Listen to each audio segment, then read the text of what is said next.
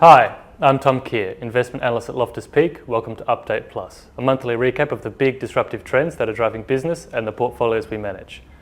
The market appears to be pricing a near-term resolution to the Iran conflict, albeit with lingering macroeconomic impact. While escalation towards a worst-case scenario seems unlikely, the economic outlook is worse than it was pre-war. So why are markets back at all-time highs? Well, in our view, it is because of valuations and market positioning. Since January, investors have been pouring out of tech, especially software, and the sheer rate of disruption in tech due to AI has made investors uncomfortable with the long-term viability of any business, unless, of course, it is one with heavy assets and low obsolescence, the so-called halo trade, which appeared briefly popular before Iran. Now, this pushed the valuation of halo companies to high levels while making a lot of tech cheap.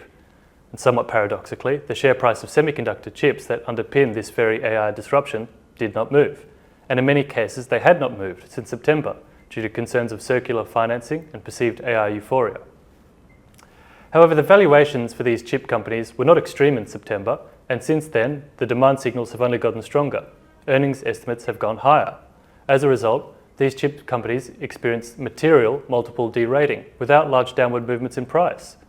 For example, Nvidia was trading at a forward earnings multiple in the high teens, despite earnings being expected to grow at over 90% year over year. Meanwhile, Walmart has been trading at almost double the market multiple. The sudden spike in oil precipitated by the Iran conflict put the halo trade in a tricky position. These stocks were already expensive and are much more exposed to fossil fuels, both as an input for production and as an economic catalyst for end demand.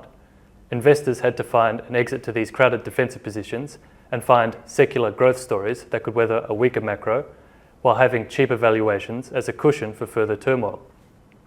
AI chip stocks were the answer.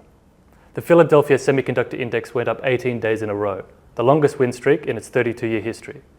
The hyperscaler customers for these chip stocks also performed strongly as markets reassessed its bearish outlook on the monetization of their AI spend. In their earning prints last week, all three hyperscalers accelerated their cloud growth while margins expanded.